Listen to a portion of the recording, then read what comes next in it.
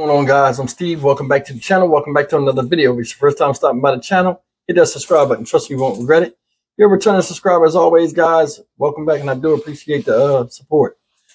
Guys, it's been 2 weeks since the 14-year-old known as Jor'dell Richardson was shot in Aurora, Colorado. And it's been a lot of people upset about it.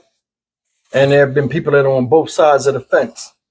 Now, before I begin and really get into this and give my opinion about how I feel about the situation, regardless of that, a 14-year-old boy is gone.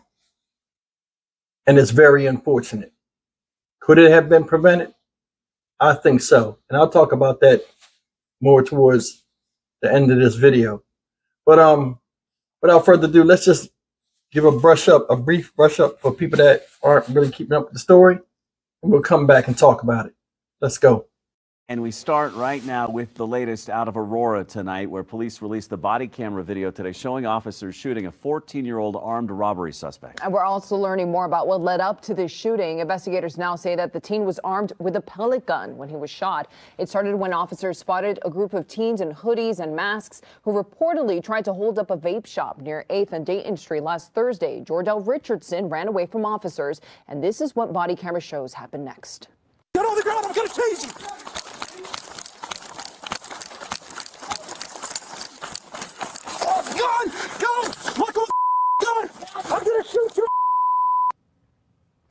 You can then see the officer throw a gun away. Aurora's interim police chief defended his officers at a news conference today, but also said the department is mourning Jor'dell's death as well.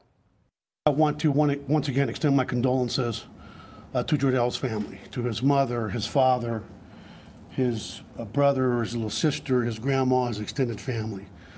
No matter where this investigation takes us, no matter where we end, it is a tragedy because a young man has lost his life.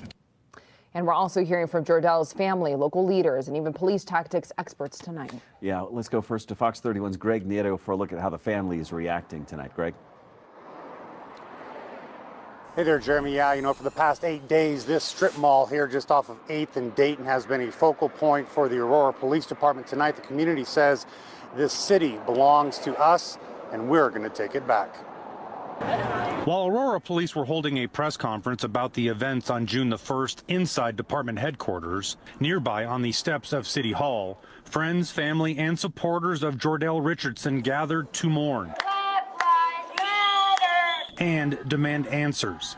The 14-year-old shot and killed after interaction with police a week ago in the aftermath of an alleged robbery attempt at 8th and Dayton. Body-worn camera footage showing the moments police confronted the teen. Detectives revealing that Richardson had been armed with a pellet gun. Thank you for being here. Among those speaking, this is going to be a long road for us. Jor'dell's mother. To know that the police didn't even try to think twice that he was a child and that he's human. People make mistakes. They didn't give him a chance to redeem himself. And Jor'dell's father. He stayed happy, humble-hearted, loved to dance, loved to see everybody smile, silly, a character, a child. A child. Both parents staying strong as long as they could. But even parents can only shoulder so much. Little sisters now with fewer chances to say goodbye to a big brother. Okay, guys, that was the video. Now, that came out the day the parents had wound up watching the video footage. Now, if you want to see the full video footage, I'll have it in the description box below. I think it's like 27 minutes of actual footage, shows everything, uncensored video. Guys, I'm going to say this real quick before I even go into this whole situation. You cannot render sympathy for stupidity. Now, granted, he's 14 years old, but he took the initiative. Now, a lot of people are going crazy and picking little things out of this to make this thing seem like it's racial. I'm not feeling that. I'm not feeling that at all. And we got to stop doing that because it makes us look weak. We just grabbing at straws. In another video I seen when they had a rally in front of City Hall, the parents, who I do feel bad about. I mean, I do feel bad for that they lost their child. But the mother said something that made me raise her eyebrows. She said, oh, there needs to be accountability in this whole thing. There also needs to be accountability, understanding that somebody got to take the brunt of the blame.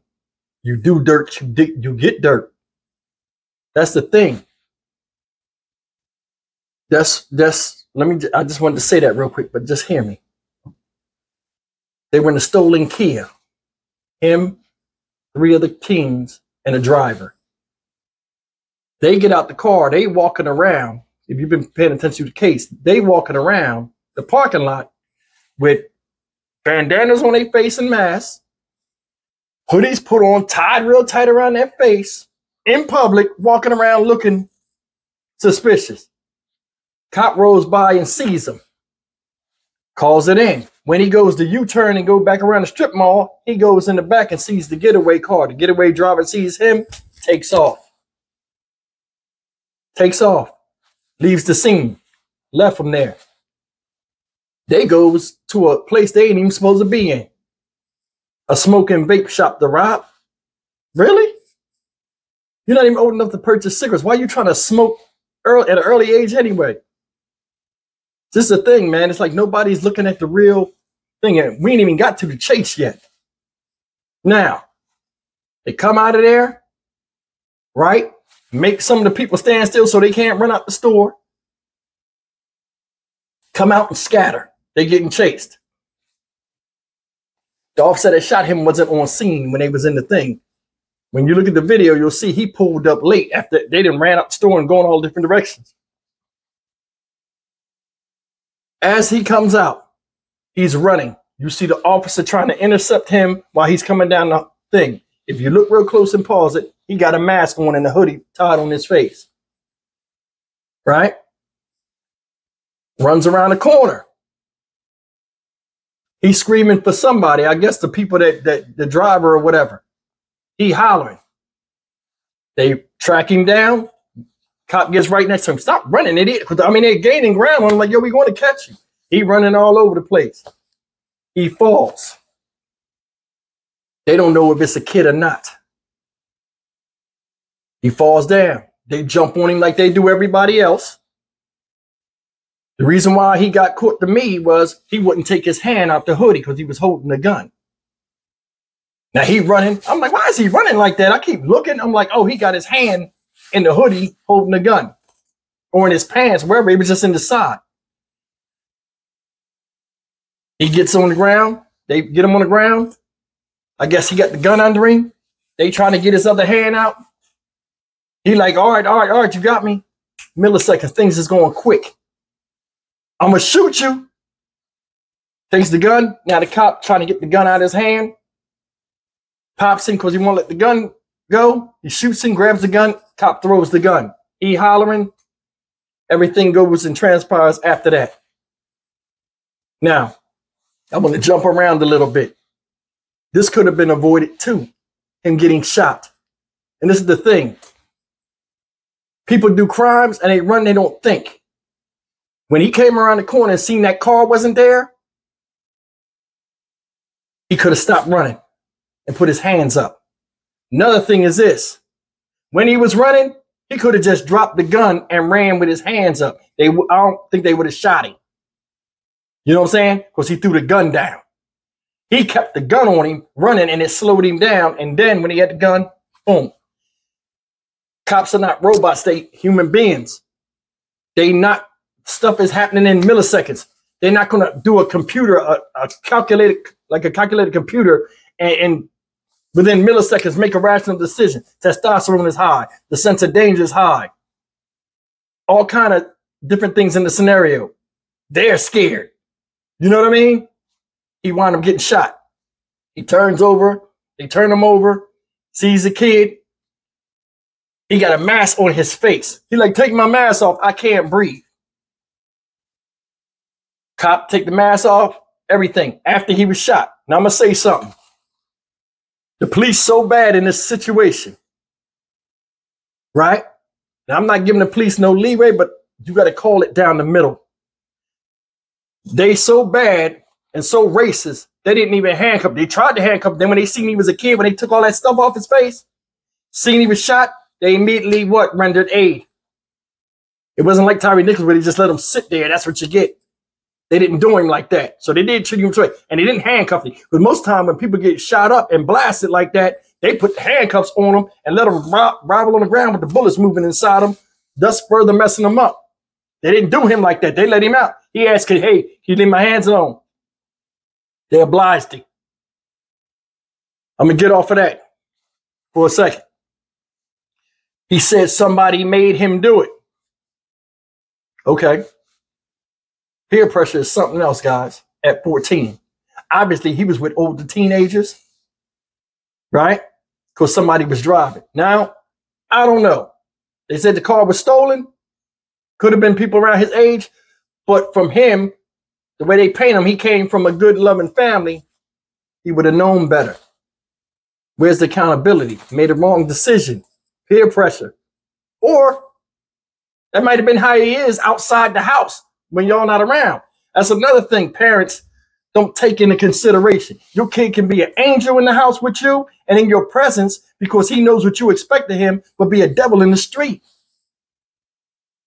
Seriously. I don't know this little kid. I don't know his family. There was a lot of people standing out there, so he must have had support. He looked good in the pictures they showed him. So I think, you know, benefit of the doubt, he did come from a good home or people that cared about him. His father was there speaking for him. Most people, their dad ain't even there. So I got to give him respect. But the thing is this, he made a mistake that was costly, and it cost him the ultimate prize, his life. His life. Emotions running wild. They chanting Black Lives Matter and all this other stuff, holding up the flag. They want the police chief fired. For what? Honestly, why are they going to fire the police chief? I didn't see nothing outside of what cops normally do when they chase people that got guns on them. We watch all these other videos, and we're going to take the aspect that there's a child out of it because he was doing some grown man stuff. They didn't know he was a kid until they took the mask off. Remember, them cops that was chasing him wasn't the ones that was there. They jumped out the car, remember? So if the other people knew they was teens, they didn't know. And even if they did, honestly, a baby can pull the trigger of a gun. You think it would matter? He went and robbed someplace. Kids grow up fast. Kids can kill cops just like they can kill each other. All in all, guys, this whole situation, like I said, is messed up. Who was his friends? Who was he hanging around? What kind of influences was around for him to say, oh, they made me do it? Was you really watching and who your friends really is, your kids associated with as friends? See, when kids become teenagers, especially boys, sometimes you start to put some slack on a leash and give them a little bit of freedom to go find themselves a little bit. Sometimes you feel as though, you know, hey, okay, we put all we can put in him. He should know better in the street. But just because somebody knows better don't mean they're going to do what they know, not in the presence of you. If that was the case, teenagers wouldn't be getting in trouble.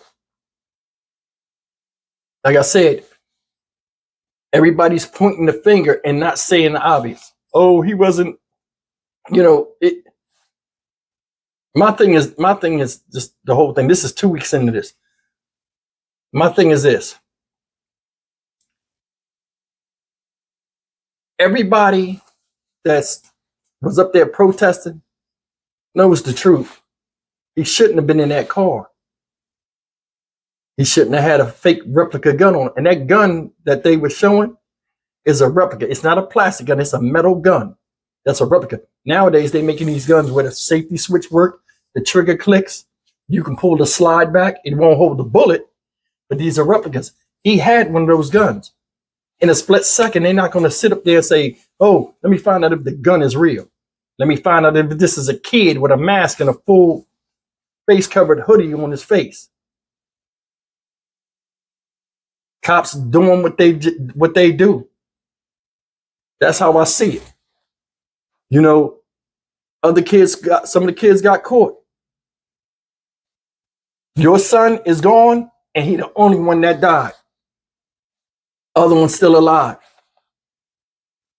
When they was talking, I didn't hear nobody state the obvious. My son knows better. He shouldn't have been out there. I'm very upset. And this is a lesson that cost him his life and left us hurt. As a parent, I want to give a message to you people out there that have children in their teens. And I mean, I don't know. But I mean, it has a lot to do with your influences. In life, we are what we give our attention to. What kind of music was he listening to? What kind of people were he around?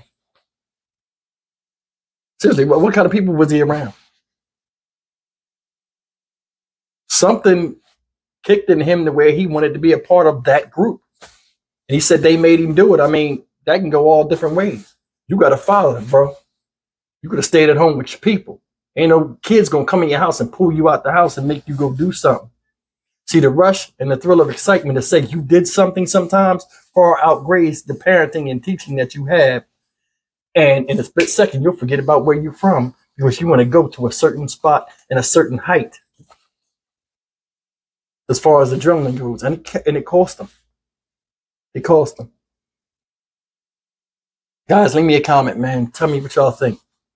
You know, I don't mean to sound insensitive, but it's like everything is screamed racism, or it's like, man, it's like people, we make ourselves look so weak sometimes when we do this. It does. Because it's like everybody else outside the circle that's looking at it for what it is can state the obvious. We won't do that, even though we're in the midst of it and we saw the same thing everybody else did. And that's what's sad. That's why we get discredited a lot. It's messed up. As always, like, comment, share, and subscribe. I'll see you guys in the next video.